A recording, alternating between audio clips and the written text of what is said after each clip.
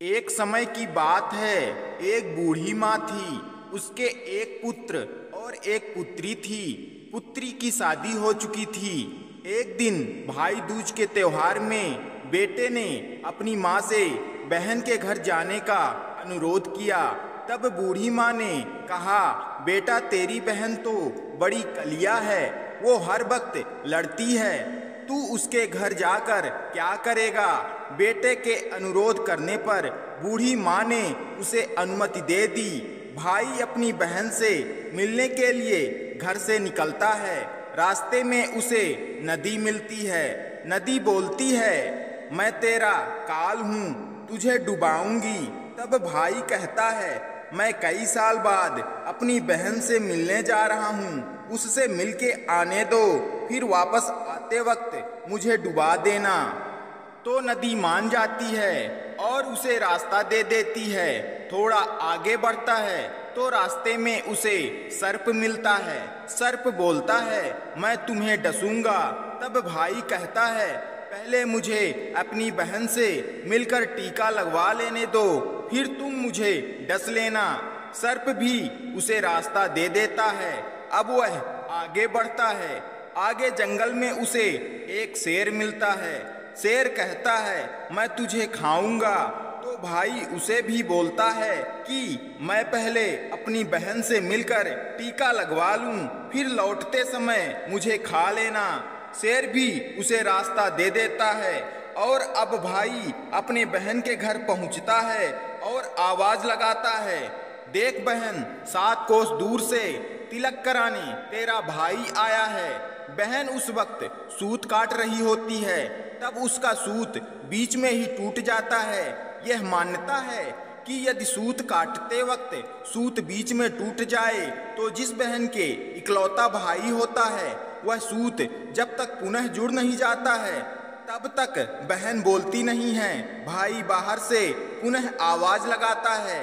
भाई की आवाज सुन जब बहन जवाब नहीं देती है तो भाई मन में सोचता है, मुझ गरीब से मेरी बहन बात नहीं करना चाहती।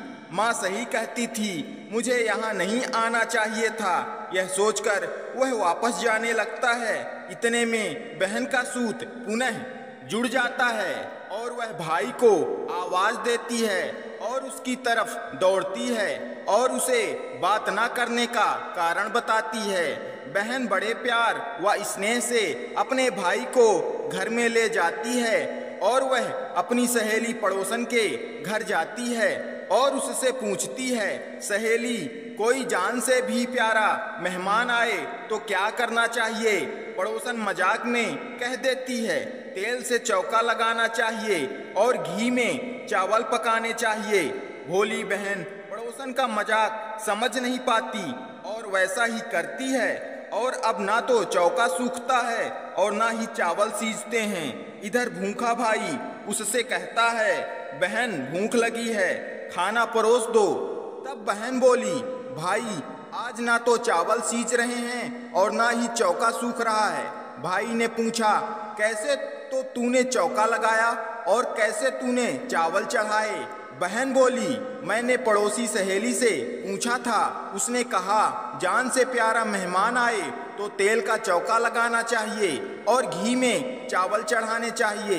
भाई बोला, अरे मेरी भोली बहन, कभी तेल का चौका सूखा है और कभी घी के चावल पके हैं। तू पानी का चौका लगा और पानी में ही चावल चढ़ा।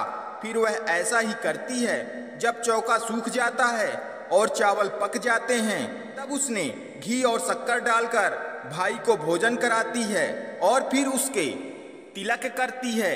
कई दिन बीत जाते हैं। एक दिन भाई बोला, बहन अब मैं घर वापस जाऊंगा, माँ अकेली है। अगले दिन सुबह बहन जल्दी उठकर गेहूं पीसकर भाई के लिए लड्डू बनाती है और कुछ लड्डू बच्चों के लिए रखकर अपने भाई को विदा करती है। सुबह जब बच्चे उठते हैं तो माँ से खाने को मांगते हैं। तब माँ उन्हें वही लड्डू दे देती है। तब वह देखती है, ये क्या, सारे लड्डू हरे रंग के हो गए।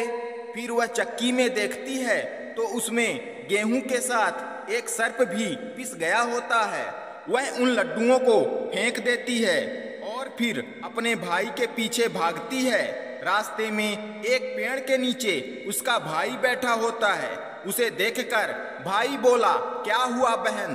तब बहन पूछती है, मैंने तुझे जो लड्डू बांधे थे वो कहाँ हैं? तेरे लड्डू मैंने अभी नहीं खाए हैं, पेड़ पर टंगे हैं, ले ले। वह पेड़ से लड्डू उतारती है और वहीं गड्ढा खोदकर उन लड्डुओं को गाड़ देती है। फिर अपने भाई को सारी बात बताती है। भाई बोला, बहन तूने एक बार तो मुझे मौत से बचा लिया, लेकिन मैं पीछे कईयों को साई देकर आया हूँ। और बहन को सारी बात बताता है। वे दोनों बैठे वहाँ बात कर ही रहे होते हैं कि बहन भाई से पानी मांगती है। भाई बोला, थोड़ी दूर एक तालाब है, वहाँ से मैं अभी पानी लेकर आता हूँ। बहन बोली, मैं खुद जाती हूँ और पानी पीकर वापस आती हूँ। वो पानी पीने तालाब पर पहुँचती है तो देखती है कि वहाँ एक बुढ़िया बैठी है। वो उसके पास जाकर पूछती है, माँ तुम यहाँ क्यों बैठी हो? तब वह बुढ़िया बोलती है, मैं विधाता हूँ, एक बहन के भाई की तांत गाड़ रही हूँ। तब वह पूछती है, माता वो कौन भाई है? तब विधाता बोलती है एक भाई जिसके प्यार में उसकी बहन ने सर्प की हत्या कर दी। बहन सोचती है ये तो मेरा ही भाई है। वह घबरा जाती है और विधाता से पूछती है, माता उस भाई को इस श्राप से बचाने के लिए क्या करना होगा? विधाता उसे बताती है कि उसकी एक बहन है, जब वो उसे गालियां दे और उसकी शादी होने तक यदि वह हर घात को टाल देती है तो उसका भाई बच सकता है। वो तुरंत अपने भाई के पास जाकर वह तुरंत कहती है, भाई मैं तुझे माँ के घर तक छोड़ने चलूंगी, लेकिन रुक, मैं अभी आती हूँ। और वो शेर के लिए मांस, सर्प के लिए दूध और नदी के लिए ओढ़नी लाती है और दोनों भाई बहन आगे बढ़ते हैं। रास्ते में उन्हें पहले शेर मिलता है। जैसे ही वह भाई को खाने के लिए आगे बढ़ता है, बहन उसके आगे मांस का टुकड़ा डाल देती है। शेर मांस के टुकड़े को खाने में लग जाता है और दोनों भाई बहन आगे बढ़ते हैं। आगे उन्हें वो सर्प मिलता है और जैसे ही सर्प उसे डसने के लिए आगे आता है, बहन सर्प के आगे दूध का प्याला रख देती है। सर्प दूध पीने लगता है। वह दोनों अब आगे चलते हैं। रास्ते में उन्हें नदी मिलती है जो भाई को डुबाने को तैयार होती है, पर बहन नदी को ओढ़नी उड़ा देती है। खुश होकर नदी रास्ता दे देती है। अब वह दोनों भाई बहन आगे बढ़ते हैं और अपने घर पहुंच जाते हैं। बेटी को देखकर माँ खुश हो जाती है, पर बहन उसी समय भाई को गाली देने लगती है। तब माँ बेटे से कहती है, इस कलिया बहन को क्यों ले आया? तब भाई बोलता है, माँ बहन तो बहुत अच्छी थी, पता नहीं पर इसे आते ही क्या हो गया। थोड़े दिनों में भाई का रिश्ता आता है। तब सब कहते हैं, बहन पागल तो है पर भाग्यवान है। पर जब ससुराल वाले सगाई के लिए मिठाई लाते हैं तो बहन कहती है, इसकी मिठाई क्यों बांटते हो? पहले मेरी मिठाई बांटो। कई बड़े बुजुर्ग बोले, इसे भी भाई के साथ बैठा दो। सगाई शुरू होती है, वहाँ आग लग जाती है। बहन को तो पता ही था कि उसके भाई का घात है। उसने तुरंत ही वह आग बुझा दी। अब कुछ दिनों बाद शादी के कार्यक्रम शुरू होते हैं, परंतु बहन हर समय भाई के साथ रहती थी। जब भाई की निकासी होने लगी तब बहन बोली, अरे इसकी निकासी क्या करते हो? पहले मेरी निकासी करो और इसे पीछे के दरवाजे से लेकर जाओ। बहन के इतना बोलते ही आगे का दरवाजा टूटकर गिर जाता है। सब कहते हैं, भले ही बहन कलिया है पर बराबर भाई की जान बचा रही है। जब भाई फेरों में बैठता है तो फिर बहन कहती है, इसकी जगह मैं फेरों में बैठूंगी। शादी के बाद जब दूल्हा दुल्हन की रात जागती है तो बहन कहती है, इसकी नहीं, पहले मेरी रात जगाओ। कई लोग बोले, बीच में पर्दा लगाकर इसे भी साथ में सुला दो। रात में जब भाई और भाभी सो जाते हैं तब वहाँ एक सर्प आता है। बहन तो तैयारी में ही बैठी थी। वह उसे पकड़कर टोकरे में रखकर सो जाती है। आज वह कई दिनों में निश्चिंत होकर आराम से सोती है।